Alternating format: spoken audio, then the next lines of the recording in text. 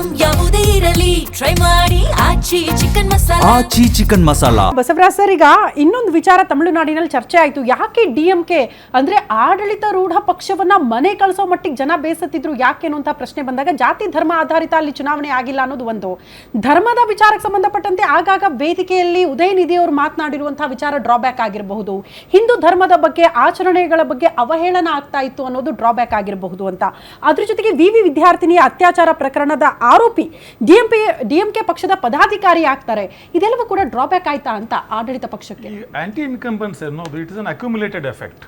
ಅದೊಂದು ಕಾಲಕ್ರಮೇಣ ಸಂಗ್ರಹ ಆಗಿ ಅದೊಂದು ಪಾಪದ ಕೂಡ ತುಂಬುತ್ತೆ ಅಂತಾರಲ್ಲ ಕನ್ನಡದಲ್ಲಿ, ಅಚ್ಚ ಕನ್ನಡದಲ್ಲಿ, ಆ ತರ ಅದು ಒಂದೇ ದಿನ ತುಂಬಲ್ಲ. ಅದು it takes time. All this adds. ಆದ್ರೆ ಈ ಧರ್ಮದ ಬಗ್ಗೆ ವಿಚಾರ ಮಾತಾಡುವಾಗ ದ್ರಾವಿಡ ಚಿಂತನೆ ಆ ಹಿಂದೂ ಧರ್ಮಕ್ಕೆ ಅಷ್ಟು ಪೂರಕವಾಗಿಲ್ಲ. ಪೆರಿಯಾರ್ ಕೂಡ ಬಹಳ ಕಟುವಾಗಿ ಟೀಕೆ ಮಾಡ್ತಿದ್ರು, ಅಂಬೇಡ್ಕರ್ ಕೂಡ ಹಾಗೆ ಟೀಕೆ ಮಾಡ್ತಿದ್ರು. ಆದ್ರೆ ಈ ಉದಯನಿಧಿ ಸ್ಟಾಲಿನ್ ಮಾತಾಡಿದ ಮಾತಿಗೆ ಕೋಪಗೊಂಡು ಮತ ಹಾಕಿದರೆ ಮತದಾರ ಯಾರಿಗೆ ಹಾಕಬೇಕು?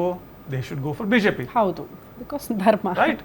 ಬಿಜೆಪಿ ಇಸ್ ಅವರು ಮುಂಚೂಣಿಯಲ್ಲಿರೋರು ಧರ್ಮ ರಾಜಕಾರಣದಲ್ಲಿ. ಅವರು 12% ಓಟ್ ಕಳ್ಕೊಂಡಿದ್ದಾರೆ. ಕಾಂಗ್ರೆಸ್ 13% ಕಳ್ಕೊಂಡಿದೆ, ಇವರು 12% ಕಳ್ಕೊಂಡಿದ್ದಾರೆ. ಇವರು ಸೀಟ್ 3ರಿಂದ 1ಕ್ಕೆ ಬಂದಿದೆ ಬಿಜೆಪಿದು.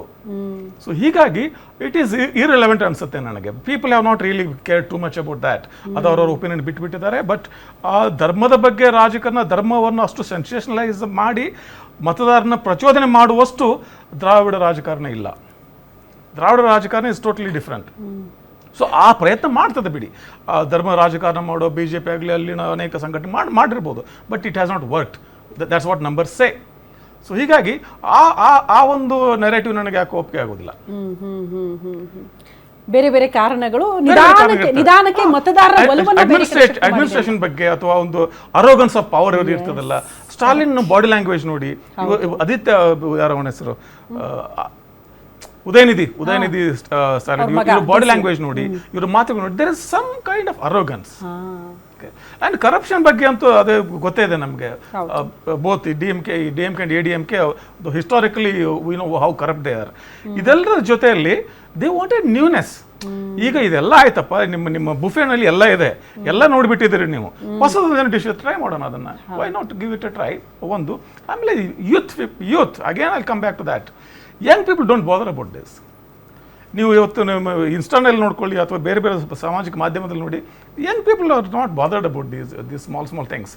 ಸೊ ಎನಿವೇಸ್, ಹಿಂದೂ ಮತ್ತು ಹಿಂದಿ ಪಾಲಿಟಿಕ್ಸ್ ಇದೆಯಲ್ಲ, ಇದಕ್ಕೆ ಪರ್ಯಾಯವಾಗಿಯೇ ದ್ರಾವಿಡ ರಾಜಕಾರಣ ಹುಟ್ಟಿದ್ದು. ಮತ್ತೆ ವಿಜಯ್ ಕೂಡ ಅದೇ ಒಂದು ಚೌಕಟ್ಟಿನಲ್ಲಿ ಇರಬೇಕಾಗ್ತದೆ.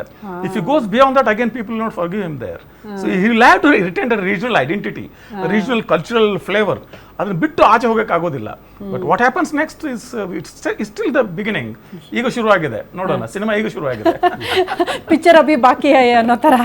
ಎನಿವೆ ಅನಿಲ್ ಸರ್, ಈಗ ತುಂಬಾ ಜನ ನಿನ್ನೆಯಿಂದ ತಮಿಳುನಾಡಿಗೆ ನಮ್ಮ ರಾಜ್ಯನ ಕಂಪೇರ್ ಮಾಡ್ತಿದ್ದಾರೆ. ಇಂಥದ್ದು ಪ್ರಾದೇಶಿಕ ಪಕ್ಷ ಬೇಕಪ್ಪ, ಹುಟ್ಕೊಳ್ಬೇಕು, ನಾವು ಕೂಡ ಅದಕ್ಕೆ ಸಪೋರ್ಟ್ ಮಾಡೋಣ ಅನ್ನೋ ರೀತಿಯಲ್ಲಿ ಚರ್ಚೆಗಳಾಗ್ತಾ ಇದೆ. ಅಷ್ಟು ಈಸಿ ಇದೆಯಾ ಸರ್ ನಮ್ಮ ಸ್ಟೇಟನ್ನ ತಮಿಳುನಾಡು ಜೊತೆ ಕಂಪೇರ್ ಮಾಡೋದಕ್ಕೆ ಅಥವಾ ಅದರ್ ಸ್ಟೇಟ್ ಜೊತೆ ಕಂಪೇರ್ ಮಾಡೋದಕ್ಕೆ ಅಂತ ವಾಸ್ತವ ಪರಿಸ್ಥಿತಿಯನ್ನು ನೋಡಿಕೊಂಡು? ಪ್ರಾದೇಶಿಕ ಪಕ್ಷದ ವಿಷಯ ಬಂದಾಗ ತಮಿಳುನಾಡಿಗೂ ಕರ್ನಾಟಕಕ್ಕೂ ನಾವು ಕಂಪೇರ್ ಮಾಡೋಕ್ಕಾಗದೇ ಇಲ್ಲ. ಈಗ ಭಾಳಷ್ಟು ಜನ ಹೇಳಿದೆ JDS ನಾವು ಏನು ಪ್ರಾದೇಶಿಕ ಪಕ್ಷ ಅಂತ ಹೇಳ್ಕೊಂಡೆ ಅವ್ರು ಎಲ್ಲ ಕಡೆ ಸುತ್ತಾ ಇರೋದು. ಹೌದು.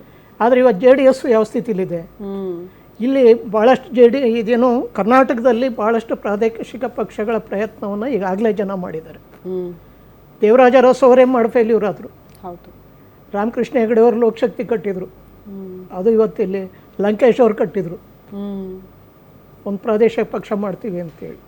ಬಟ್ ಕರ್ನಾಟಕದಲ್ಲಿ ಪ್ರಾದೇಶಿಕ ಪಕ್ಷಕ್ಕೆ ಭವಿಷ್ಯ ಈ ಸದ್ಯದ ಪರಿಸ್ಥಿತಿನಲ್ಲಿ, ಈ ವಾತಾವರಣದಲ್ಲಿ ಪ್ರಾದೇಶಿಕ ಪಕ್ಷಕ್ಕೆ ಇಲ್ಲಿ ಬೆಲೆ ಇಲ್ಲ ಅನ್ನೋದು ಪ್ರೂವ್ ಆಗಿದೆ. ಅದು ತಮಿಳ್ನಾಡು ರಾಜಕಾರಣ ಬೇರೆ, ಆಂಧ್ರ ಪ್ರದೇಶದ ರಾಜಕಾರಣ ಬೇರೆ, ಕರ್ನಾಟಕದ ರಾಜಕಾರಣನೇ ಟೋಟಲಿ ಡಿಫ್ರೆಂಟ್.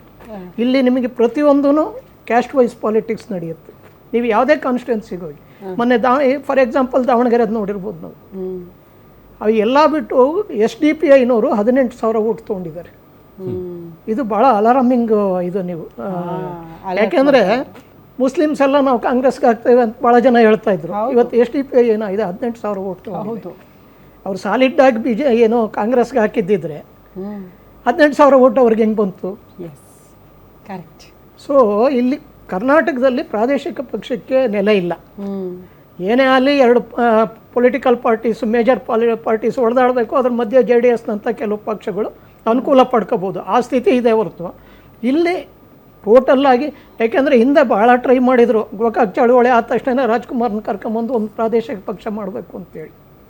ಬಟ್ ಅವರು ಒಪ್ಪಲಿಲ್ಲ, ಅವರು ರಾಜಕೀಯಕ್ಕೆ ಬರೋಕ್ಕೆ ಒಪ್ಪಲಿಲ್ಲ. ಆಮೇಲೆ ಅವ್ರು ಹೇಳಿದಾಗೆ ಚಿಕ್ಕಮಂಗ್ಳೂರಲ್ಲಿ ಜಾರ್ಜ್ ಫರ್ನಾಂಡಿಸ್ ನಿಲ್ಲೋದಕ್ಕೆ ಮುಂಚೆ ಅವ್ರನ್ನ ಟ್ರೈ ಮಾಡಿದರು ಇಂದಿರಾ ಗಾಂಧಿ ವಿರುದ್ಧ.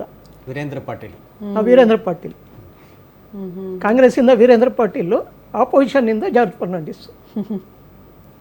ಸೊ ಕಂಪೇರ್ ಮಾಡಕ್ಕೆ ಈ ಸಾಧ್ಯ ಥರದ ಇಲ್ಲಿ ಪ್ರಾದೇಶಿಕ ಪಕ್ಷ ಕರ್ನಾಟಕದಲ್ಲಿ ಕಷ್ಟ ಇದೆ. Okay, add something to that. Yes sir. ಪ್ರಾದೇಶಿಕ ಪಕ್ಷದ ಕರ್ನಾಟಕ ಪ್ರಾದೇಶಿಕ ಪಕ್ಷದ ಗ್ಯಾರಂಟಿ ನ್ಯೂಸ್, ಸುದ್ದಿ ಖಚಿತ, ನ್ಯಾಯ ನಿಶ್ಚಿತ.